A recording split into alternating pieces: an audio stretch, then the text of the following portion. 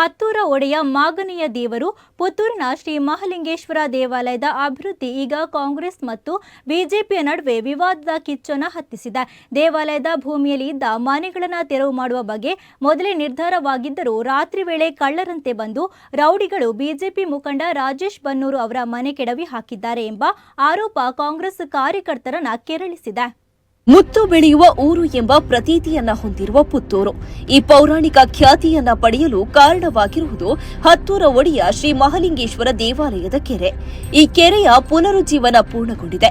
ದೇವಾಲಯವನ್ನ ಸರ್ವಾಂಗೀಣ ರೀತಿಯಲ್ಲಿ ಅಭಿವೃದ್ಧಿ ಮಾಡಬೇಕು ಎಂಬುದು ಭಕ್ತರ ಬಹು ವರ್ಷಗಳ ಆಗ್ರಹ. ಇದಕ್ಕೆ ಪುತ್ತೂರಿನ ಶಾಸಕರಾದ ಅಶೋಕ್ ಕುಮಾರ್ ರೈ ಅವರು ಬೆನ್ನೆಲುಬಾಗಿ ನಿಂತಿದ್ದಾರೆ.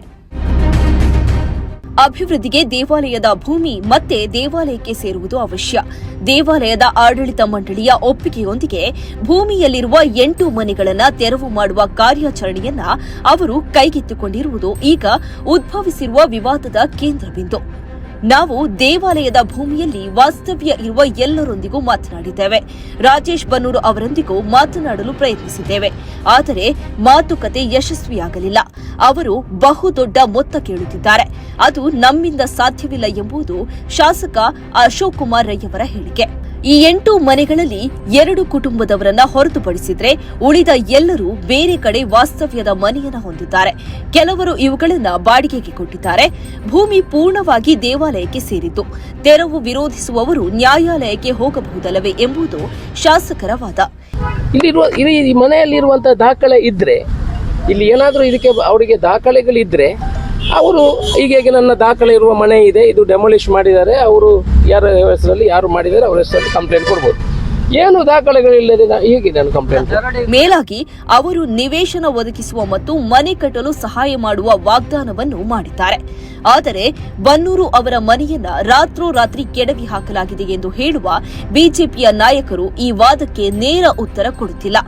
ಇತಿಹಾಸದ ಪುಟಗಳನ್ನು ತೆರೆದರೆ ಕಳೆದ ಶತಮಾನದಲ್ಲಿ ಸುಮಾರು 4 ದಶಕಗಳ ಕಾಲ ಈ ದೇವಾಲಯದ ಆಡಳಿತ ಮುಕ್ತೇಸರಾಗಿದ್ದ ಪನ್ಯ ಶ್ರೀಧರಯ್ಯವರು ಭೂಮಸೂದೆಯಲ್ಲಿ ದೇವಾಲಯದ ಭೂಮಿ ಅನ್ಯ ಧರ್ಮೀಯರ ಪಾಲಾಗಿದ್ದಾಗ ಅದನ್ನ ಸ್ವಂತ ಸಂಪನ್ಮೂಲ ಬಳಸಿ ದೇವಾಲಯಕ್ಕೆ ಮರು ಖರೀದಿ ಮಾಡಿದ್ರು.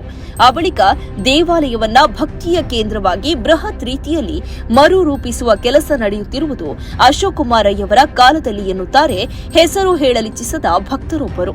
ರಾಜೇಶ್ ಬನ್ನೂರು ಅವರ ಧರ್ಮದ ಆಧಾರದ ಮೇಲೆ ಕೆಲಸ ಮಾಡುವ ಪಕ್ಷದವರು. ಅಯೋಧ್ಯೆಯಲ್ಲಿ ದೇವಾಲಯವಾದಾಗ ಶ್ರೀರಾಮಲಲ್ಲನ ಪ್ರತಿಷ್ಠೆಯಾದಾಗ ಸಂಭ್ರಮಿಸಿದವರು.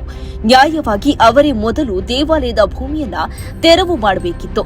ಆದರೆ ಅವರೇ ಈಗ ದೇವಾಲಯದ ಅಭಿವೃದ್ಧಿಯಲ್ಲಿ ರಾಜಕೀಯ ತರುತ್ತಿದ್ದಾರೆ. ಪಕ್ಷಾತೀತರಾಗಿರುವ ಶಾಸಕ ಅಶೋಕ್ ಕುಮಾರ್ ರೈ ಅವರ ಹೆಸರಿಗೆ ಮಸಿ ಬಳಿಯುವ ಕೆಲಸ ಮಾಡುತ್ತಿದ್ದಾರೆ. ದೇವಾಲಯದ ಅಭಿವೃದ್ಧಿಗೆ ಅಡ್ಡಿಯಾಗುತ್ತಿದ್ದಾರೆ ಎನ್ನುತ್ತಾರೆ ಅವರು. ತಮ್ಮ ಟ್ರಸ್ಟ್ ಮೂಲಕ ವರ್ಷಕ್ಕೆ ಸುಮಾರು 20 ರಿಂದ 22 ಸಾವಿರ ಮಂದಿಗೆ ಸಹಾಯ ಹಸ್ತ ಚಾಚುತ್ತಿರುವ ಶಾಸಕರ ವರ್ಚಸ್ಸು ಹಾಳುಗೆಡವಲು ಬಿಜೆಪಿ ಪ್ರಯತ್ನಿಸುತ್ತಿದೆ. ಧರ್ಮ ಏನು ಅವರ ಗುತ್ತಿಗೆಯೇ ಎಂಬ ಭಕ್ತರ ಪ್ರಶ್ನೆ ಸದ್ಯಕ್ಕೆ ಉತ್ತರವಿಲ್ಲ.